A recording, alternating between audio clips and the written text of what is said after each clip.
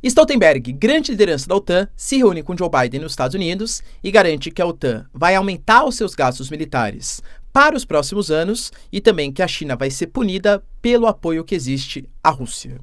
Falar um pouquinho também, pessoal, sobre a nova cúpula de paz que vai rolar na Suíça, só que dessa vez, por pressão da Suíça e por alguns outros países, a exemplo da Alemanha, a Rússia será convidada para discutir a paz com os ucranianos. Falar um pouquinho também sobre uma super reportagem divulgada pela Reuters, que mostra como os Estados Unidos tentaram boicotar os chineses, principalmente no Oriente Médio e no Sudeste Asiático, à época da pandemia, com seu soft power, com seu poder de comunicação. E para finalizar, pessoal, falar também sobre o histórico encontro, afinal, o Putin não ia em direção à Coreia do Norte, há 24 anos, entre Kim Jong-un e Putin, prometendo estabelecer uma parceria militar e econômica em vários outros campos extremamente estratégica. Quais serão os principais objetivos dos dois mandatários? Enquanto Putin está na Coreia do Norte, a gente tem soldados norte-coreanos que invadiram a Coreia do Sul e a Coreia do Sul respondeu com tiros a esses soldados, até mesmo com morte de alguns militares. O que está rolando ali na fronteira? Se vocês querem entender um pouco mais sobre esses assuntos, e muito mais também sobre geografia, geopolítica, atualidades, política, polêmicas, enfim, tudo para você se manter sempre bem atualizado, já se inscreve no canal, deixa seu like, compartilha esse vídeo, que eu, professor Ricardo, conto muito com a sua ajuda. Belezinha? Para quem não me segue no Instagram, @prof_Ricardo Marcílio, e fica aí, pessoal, com um recado da nossa queridíssima parceira do canal. A bota Thunderbell é muito versátil, feita para uso urbano, tático, trilhas e até mesmo com EPI, pois possui CA. Possui um sistema anti-perfuro feito de material balístico que protege seus pés de pregos, vidros e outros objetos perfurantes. A sua palmilha garante maciez e conforto similar a um tênis, mas tem muita resistência na sua construção, com solado colado e costurado que resiste até 300 graus. O couro no book é fácil de limpar e a bota é muito ventilada, garantindo extremo conforto. É 100% nacional e vem com 180 dias de garantia contra defeitos de fabricação. Então clica no link que está na descrição e usa o cupom para um desconto especial para garantir já a sua bota Thunderbell. Bom, galera, então bora lá pro vídeo, ó. Como eu falei para vocês na nossa introdução, de fato, o Stoltenberg, que é a grande liderança da OTAN, esteve em visita ao Joe Biden, presidente dos Estados Unidos, nos Estados Unidos, para reforçar algumas posições da OTAN. Como eu falei para vocês no vídeo de ontem, o Stoltenberg prometeu que existem discussões avançadas para a OTAN aumentar o número de ogivas nucleares e espalhar elas por locais um pouco mais estratégicos, contrário aos inimigos da OTAN. Penso eu que a Rússia, só que as falas do Stoltenberg dão a entender que a China também pode ser considerada esse inimigo um pouco mais em longo prazo. E por que isso, né? Primeiro que o Stoltenberg ele garantiu que a OTAN ela está voltando às suas rédeas. Em que sentido? A OTAN foi criada em 1949 como uma aliança de defesa, num contexto de ameaça, de Guerra Fria. Qualquer país que for atacado pelos soviéticos vai poder convocar o artigo 5º da Constituição e chamar o exército americano para poder defender, mas a ideia era que cada um dos países também contribuísse com o número de militares, equipamentos e coisa que valha. Só que com o passar do tempo, principalmente na nova ordem mundial, onde o mundo não tinha, pelo menos não aparentemente, o perigo de mais um conflito, a Rússia de Boris Yeltsin se alinhava muito mais com os interesses da União Europeia, até mesmo dos Estados Unidos. Até mesmo o governo Putin, principalmente nos anos 2000, houve uma tendência de redução dos gastos militares, para aumentar os gastos do chamado welfare state, o estado de bem-estar social, educação, transporte, moradia, segurança e tal. Lembro eu, pessoal, que durante o governo Trump, por exemplo, era uma reclamação constante do Trump que os países não obedeciam uma regra de gastos de pelo menos 2% do seu PIB em defesa. Você tinha ali na casa de 4, 5 países do máximo que estabeleciam esse mínimo de gastos. Segundo Stoltenberg, depois da pressão, da guerra, Rússia e Ucrânia, a gente teve, segundo Stoltenberg, tá? Um aumento de 2023 para 2024 de 18% do gasto em defesa e dos 32 países que fazem parte da OTAN, em 2024, 23 vão cumprir o mínimo de 2% dos gastos militares. Ou seja, a gente pode falar que, de fato, Putin acordou a OTAN. Além disso, ele deixou claro que, embora a Rússia seja um inimigo de curto prazo, é claro isso, existe um inimigo de mais longo prazo e que ele vai ser combatido não exatamente com viés militar, mas com viés também econômico, que é a China. A gente já discutiu isso em vídeos passados, que a China ela vem sendo acusada, primeiro, de ajudar muito a Rússia, não necessariamente com venda de equipamentos, mas segundo o G7, segundo a OTAN, com a venda de insumos. Então, pega ali equipamentos, produtos de base que estão sendo vendidos para a Rússia está pegando esses produtos para produzir ali os seus armamentos, seus equipamentos. Além disso, como a China ela não aplicou sanções contra a Rússia, indiretamente é como se a China estivesse financiando o rearmamento da Rússia. A China fala que, claro, isso não é verdade e considera, inclusive, que quem arma os países para a guerra são os países ocidentais, fazendo planos direto de repasse, de verbas, enfim, para os ucranianos. Outro ponto, aí não tanto a ver com a OTAN, mas que já entra meio que no mesmo pacote, que é a questão de um dumping, de uma manobra ilegal ou não ética, praticada em subsídios, em custos de produções muito baratos, que estão fazendo com que haja uma desregulamentação da produção industrial mundial. Talvez o setor automotivo, principalmente dos carros elétricos, seja o principal sintoma. A União Europeia, por exemplo, anunciou sobretaxas que chegam na casa de quase 40% em cima de carros elétricos chineses. Os americanos sancionaram, boicotaram carros elétricos, semicondutores, chips, equipamentos de comunicação.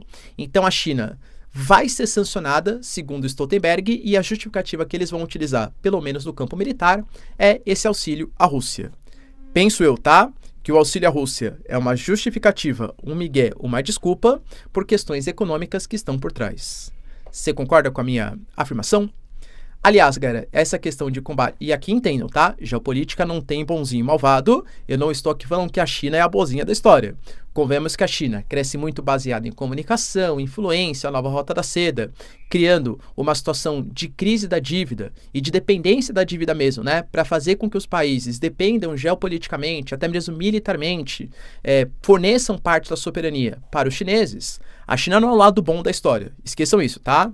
Mas a questão é que o Ocidente, talvez os Estados Unidos também não seja. A gente teve, por exemplo, uma reportagem, galera, super completinha, tá? Que foi divulgada pela Reuters, evidenciando como que os Estados Unidos, à época daquela doença altamente infecto-contagiosa, sabe o que eu tô falando, né? Em meados de 2020, a nossa plataforma não gosta muito de utilizar essas palavras, né? Mas como os Estados Unidos, ele conseguiu, a partir dos seus algoritmos, a partir de financiamento, projetos oficiais do Pentágono americano, convencer a população, inicialmente, do Sudeste Asiático, então países como Tailândia, países como Filipinas, por exemplo, que aquele medicamento que você injeta, sabe, para prevenção, né, do que aconteceu ali em 2020, dos chineses não funcionavam. Para vocês terem uma noção, a campanha que os americanos colocaram no Oriente Médio falava até de gelatina de porco, o que faz com que países islâmicos não pudessem tomar esse medicamento produzido, né, ou essa prevenção produzida pelos chineses. Tudo isso com comprovação da Reuters, quando o Elon Musk, que é o dono do X, do antigo Twitter, né? Ele teve acesso a informações, falou que ele baniu essas contas, mas funcionários do Pentágono americano confirmaram essas informações. Mais de 300 contas, e isso somente no Sudeste Asiático, fora os do Oriente Médio e fora o que a gente pode não ter tido acesso também à campanha de comunicação. Ou seja, em nome de um isolamento da China, alegando que os equipamentos de proteção individual não funcionavam, que os medicamentos de prevenção chineses e também russos não funcionavam, pode ter comprometido a vida de uma série de indivíduos. Ah, professor, então os americanos são lavados e os chineses são os mocinhos da história, né? Espero que você não pense dessa maneira, porque da mesma maneira que isso acontece, a China também ataca com suas campanhas de informação, a Rússia também. A ideia é que a geopolítica, ou a guerra híbrida, ela não se dá somente no campo militar, mas cada vez mais no campo de sanções econômicas, de boicotes, de campanha de desinformação, de financiamento de partidos políticos, de campanha de propaganda, principalmente usando as redes sociais. Quando a gente pega a guerra que existe, por exemplo, dos Estados Unidos querendo banir o TikTok, os chineses não deixando o Facebook, o YouTube, enfim, livremente no seu país, dá para entender exatamente por que isso acontece. Outra notícia, pessoal, que movimentou bastante, está ligado ainda aos resultados da cúpula da Suíça. Como eu falei para vocês, foi divulgado com uma resolução dos países que assinaram o tratado, que talvez seria necessário, em uma próxima reunião, em um próximo evento dessa cúpula de paz na Suíça, ter o convite à Rússia. E aparentemente, segundo a própria presidente da Suíça, a Viola Amherd, de fato isso vai acontecer. Segundo ela, tá? Se a presença do Putin é necessária, a gente pode inclusive abrir uma exceção ao TPI. Como assim, professor? O Putin, ele está punido pelo Tribunal Penal Internacional. Esse tribunal considera que o Putin é um criminoso de guerra, muito por conta de algumas ações militares que aconteceram na Ucrânia e também principalmente por conta das crianças, que aí, segundo o Tribunal Penal Internacional, foram levadas pelo Estado russo à revelia dos seus pais, sem um motivo real aparente, segundo o Tribunal Penal Internacional. Então, todos os países que são signatários do Estatuto de Roma, a exemplo da Suíça e até exemplo do Brasil, supostamente não poderiam receber o Putin e, caso ele pisasse no território, o sistema judiciário do país deveria convocar organismos internacionais, a exemplo da Interpol, para ele ser levado para a Haia, ali no Tribunal Penal Internacional. Como a Suíça faz parte do TPI, o Putin supostamente não poderia pisar ali. Segundo a Suíça, eles poderiam abrir uma exceção para receber o Putin, porque foi uma demanda dos países participantes, pelo menos da grande maioria. Não dá para estabelecer um processo de paz, o início de negociação, se a gente não tem as duas partes participando. Até mesmo Olaf Scholz, que para quem não sabe é o chanceler da Alemanha, um país que está autorizando os ucranianos a dispararem contra os russos, utilizando armas da Alemanha mesmo, ele anunciou que realmente não faz muito sentido não ter uma cúpula de paz que não conte com a presença da Rússia. E aí, professor, mas será que a Suíça ela poderia fazer isso? Poxa, desrespeitar uma deliberação do Tribunal Penal Internacional? Segundo ela, vai pedir uma autorização para o TPI, se de fato os países quiserem, para que isso aconteça. O Brasil está numa situação mais ou menos parecida, porque o Brasil vai ter uma cúpula em novembro, o Brasil está na liderança, na presidência do G20. O Brasil nem assinou essa declaração que foi feita na cúpula de paz da Suíça, assim como nenhum outro país dos BRICS, nem os novos, tá? Arábia Saudita, Etiópia, Egito, alegando que precisaria ter os dois lados participando. Na cúpula do G20, todos os chefes de Estado do G20 deveriam ser convidados, inclusive o Putin. Então o Brasil vai desrespeitar o Tribunal Penal Internacional? Isso pode ser até bom para o Brasil, porque se abrir precedente, Suíça, você pode convocar o Putin, mesmo sem prender ele, apesar de fazer parte do TPI, por que o Brasil não poderia fazer a mesma coisa? E a Suíça quer fazer essa nova reunião antes de novembro. Por quê? A gente sabe que essa cúpula de paz na Suíça teve uma grande pressão dos Estados Unidos, que principalmente por conta do governo democrata, que gastou bilhões de dólares para ajudar a Ucrânia e não obteve grandes resultados na contraofensiva, precisa demonstrar algum tipo de resultado, até mesmo para o eleitorado americano. Então, fazer uma nova cúpula de paz na Suíça, que consiga algum avanço, até mesmo talvez com a participação do Putin, com um cessar-fogo, alguma coisa, mostraria uma habilidade geopolítica do Biden, que é uma coisa que o Trump condena bastante, alegando que os Estados Unidos estão se apequenando no sentido geopolítico. E aí, pessoal, será que o Putin vai participar dessa nova cúpula? Lembrando que ele já falou que a Suíça, ele não participaria dessa reunião porque a Suíça, adotando sanções contra a Rússia, o projeto de paz que estava sendo discutido era a proposta de paz do Zelensky e não havia sentido participar de uma cúpula na Suíça. Será, pessoal, que o Putin participará dessa nova na Suíça? Deixa aí nos comentários. Outra notícia, pessoal, bem importante, está ligado a, talvez, uma das visitas mais importantes que a gente teve nesse ano de 2024. O Putin está fazendo uma visita oficial à Coreia do Norte. Ele vai passar pela Coreia do Norte, depois vai se deslocar ali para o Vietnã, em 2 visitas, em um momento complicado para o Putin, né? Claro, a Rússia está no meio de uma guerra, ou como o Putin chama, de uma operação militar especial.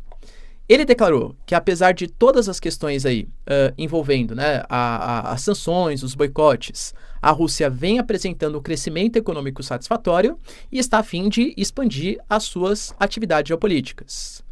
Antes de sair em direção à Coreia do Norte, ele anunciou, pessoal, que já firmou um acordo de uma parceria estratégica com Kim Jong-un. Vai lembrar que é a primeira visita que ele faz em 24 anos, a última tinha sido em 2020, e vai ser uma visita de 2 dias, para depois ir para o Vietnã. Dentre outros pontos, ele anunciou, pessoal, que essa visita vai levar a relação entre os dois a um novo patamar, alegando um apoio incondicional ao Kim Jong-un, inclusive contra os Estados Unidos, falando que a parceria entre Rússia e Coreia do Norte tem que estabelecer um novo momento de uma diplomacia, de uma nova geopolítica que vai fazer com que a Coreia do Norte e que toda a região da Eurásia, segundo Putin, fique não submetida aos interesses dos Estados Unidos. Algumas mídias, eu nem coloquei isso na thumbnail, nem muito menos no título, e vou falar para vocês, é especulação por enquanto, porque não vi em nenhuma mídia de fato séria sobre isso, tá? Quando eu falo sério, assim, mídias oficiais, tá? Nunca gosto de trazer mídias extraoficiais, por mais que elas venham as notícias a se confirmar depois. Não falando que é mentira, falando que não vi nenhuma mídia oficial sobre isso por enquanto. Que a Coreia do Norte estaria pedindo, inclusive, para a Coreia do Norte participar dos BRICS. Se é verdade ou não, galera, convenhamos, não sabemos, tá? Não sabemos. O Departamento de Estado dos Estados Unidos considerou, pessoal, que é um momento perigoso essa reunião, porque eles não sabem exatamente o que esperar dessa resolução, mas alegaram que da última vez, vai lembrar que o Kim Jong-un, de trem, não anda de avião, né? Talvez medida esperta aí dele. De trem, quando foi para a Rússia, ele oficialmente não teve o fechamento de uma parceria estratégica entre os dois. Mas há suspeita que o Putin tem ajudado a Coreia do Norte com equipamentos aeroespaciais, inclusive com lançamento de satélites espiões e também com tecnologia nuclear. Em contraposição, a Coreia do Norte forneceu equipamentos, munições, projéteis para os russos, que estão numa guerra. A gente não sabe ainda qual é um país muito fechado, né? O inventário que a Coreia do Norte tem. Mas, galera, convenhamos que para um país que começou uma guerra com a Coreia do Sul em 1950, não terminou essa guerra até hoje, só está em um armistício desde 1953, existem fontes que alegam que a Coreia do Norte tem o maior inventário do mundo em equipamentos, munições e vários equipamentos militares importantes para a Rússia. Então, supostamente, vai ter um intercâmbio. Como eu falei, não é uma coisa oficial porque nenhum dos dois países confirmaram, mas o próprio Estados Unidos alegou que mísseis balísticos norte-coreanos foram utilizados pela Rússia contra a Ucrânia. Segundo os Estados Unidos, o acordo que rolou anteriormente contou com dezenas de mísseis balísticos e mais de 11 mil containers de munição. Então a pergunta que os americanos fazem é, beleza, mas qual vai ser a troca, né? Qual vai ser o acordo que vai ser estabelecido? Os Estados Unidos se mostrou preocupado. O Putin falou de maneira oficial em intercâmbio cultural, em questão de turismo e também de mobilidade acadêmica. Se vai ser só isso ou não, galera, como vemos, é muito difícil saber, tá? O Putin também falou sobre a Coreia do Norte saudar a Rússia, né? Ficar muito feliz com o apoio que a Coreia do Norte dá à operação militar especial e também sobre a tendência de criação de um sistema de pagamentos e de um comércio alternativo que não sofram sanções dos Estados Unidos. O que vai ser essa reunião oficialmente e extraoficialmente, prometo que eu conto para vocês quando a reunião for finalizada. E para finalizar, pessoal, tivemos hoje um entreveiro ali perigoso na fronteira das Coreias. Desde o ano passado, a gente teve um aumento das atividades tanto norte-coreanas como sul-coreanas nas áreas de fronteira e as provocações aumentaram bastante. Soldados norte-coreanos, estimam-se, tá, que cerca de 20 ou 30, estavam fazendo algumas manutenções próxima ali da zona desmilitarizada entre a Coreia do Norte e Coreia do Sul. Manutenções, por exemplo, relacionados, pessoal, a pontos, né, como manutenções de rodovias, a instalação de minas, barreiras antitanque, dentre outras questões. Supostamente, esses soldados, cerca de 20 ou 30, eles ultrapassaram o que seria a fronteira norte-coreana e foram em direção à Coreia do Sul. A Coreia do Sul disparou contra esses soldados, mas a própria mídia sul-coreana falou que aparentemente foram invasões sem querer que aconteceram. Então foram tiros de advertência.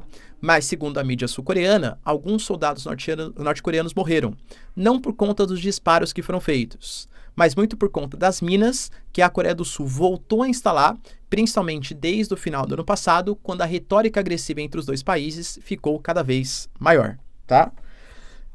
Professor, isso significa alguma coisa? Por enquanto não. Vamos ver se a Coreia do Norte vai responder a isso ou se nem vai tocar no assunto, visto que aparentemente foi culpa dos norte-coreanos que invadiram o espaço dos sul-coreanos. Beleza, pessoal? Deu para entender os principais acontecimentos? Se vocês curtiram o vídeo então, já deixa seu like e se inscreve no canal. Tamo junto, beijos, abraços e tchau, tchau.